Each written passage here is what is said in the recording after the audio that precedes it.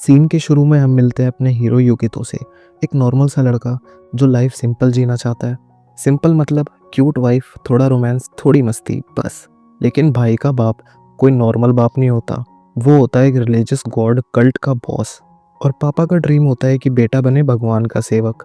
युकितो कहता है, पापा मुझे बस एक लड़की चाहिए जो मुझे प्यार करे। पापा भी लाइक, बेटा तुझे सिर्फ भगवान का सेवक बनना चाहिए। फिर आता है सीन में ट्विस्ट।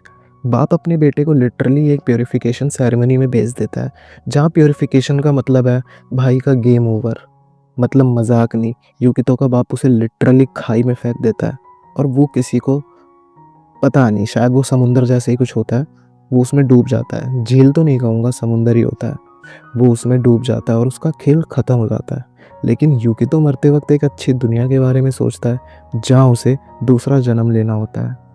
तभी सीन शिफ्ट होता है दूसरी दुनिया में और युकितो अपनी आँख खोलता है और देखता है कि अब वो एक बिल्कुल नई दुनिया में है। कोई स्मार्टफोन नहीं, कोई नेटफ्लिक्स नहीं, और कोई सबसे बड़ी ट्रेजेडी तो ये कि कोई उसके नूडल्स भी नहीं जो कि उसके फेवरेट होता है। पर टेंशन नहीं, क्योंकि यहाँ के लोग थोड़े अजीब हैं। लेकिन लड़कियाँ मस्त मस्त मिल रही हैं। भाई को आंखें खोलते एक लड़की मिलती है और भाई होते हैं एकदम नंगे। और लड़की के हाथों में कुछ किताब सी होती है जो कि उसने पकड़ी होती है। किताब को देखते देखते लड़की लिटरली भाई का पकड़ के हिला देती है और मौसम्बी का जूस निकाल देती है। मतलब कुछ भी।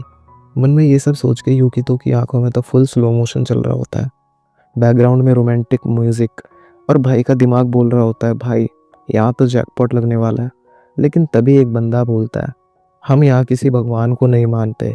युकितो सोचता है, मैं तो एक गॉड का एम्प्लॉय बनने आया था, यहाँ तो भगवान ही नहीं है। थोड़ी देर बाद एक सीन आता है जहाँ एक लड़की युकितो को बचाती है किसी डेंजर से। हीरो का दिल लिटरली गार्डन गार्डन हो जाता है।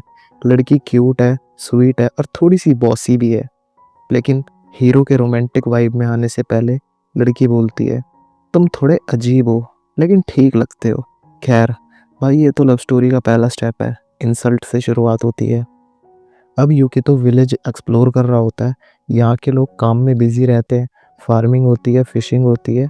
लेकिन एक अजीब बात, जब भी कोई बीमार होता है या कोई भी दिक्कत होती है, लोग सुख सब कुछ अपने दम पे करते हैं, क्योंकि यहाँ कोई गॉड जैसी नाम की चीज़ ही नहीं है।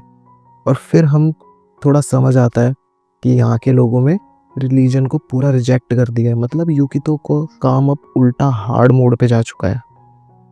फिर आता है वो मोमेंट जहाँ विलेज पे एक बड़ा डेंजर टूट पड़ता है।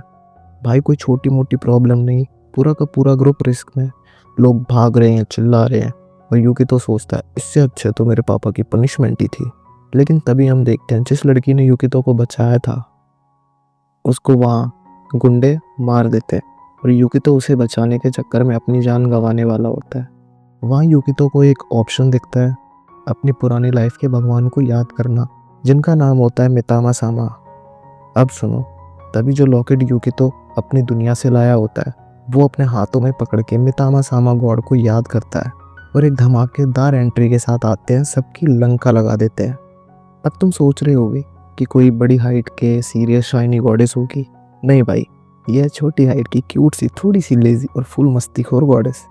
युकितो कहता है, बस भाई ये मेरी लाइफ का हाईलाइट है। मितामा सामा बोलती है, मैं तेरी हेल्प करूंगी, पर पहले मुझे थोड़ा खाना दो। उसके बाद खाना खाकर मितामा सामा अपना थोड़ा पावर दिखाती है, एकदम कैजुअल स्टाइल में। लोग जो भगवान को नहीं मानते थे, अब उनके फेस पे फुल अरे वाह वाला एक्सप्रेशन होता है।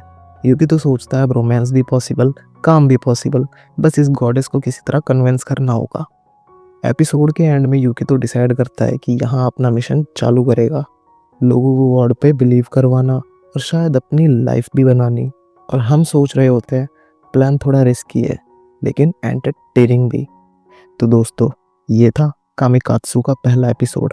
एकदम मस्त मिक्स ऑफ रोमांस, कॉमेडी और थोड़ा सा पागलपन। एपिसोड के बाद एक चीज़ क्लियर है, युकितो की लाइफ अब बोरिंग नहीं होने वाली, क्योंकि उसके आसपास लड़कियां भी है, गॉडेस भी है और पापा का आशीर्वाद। मतलब हाँ, पापा का पुश भी उसके साथ ही है।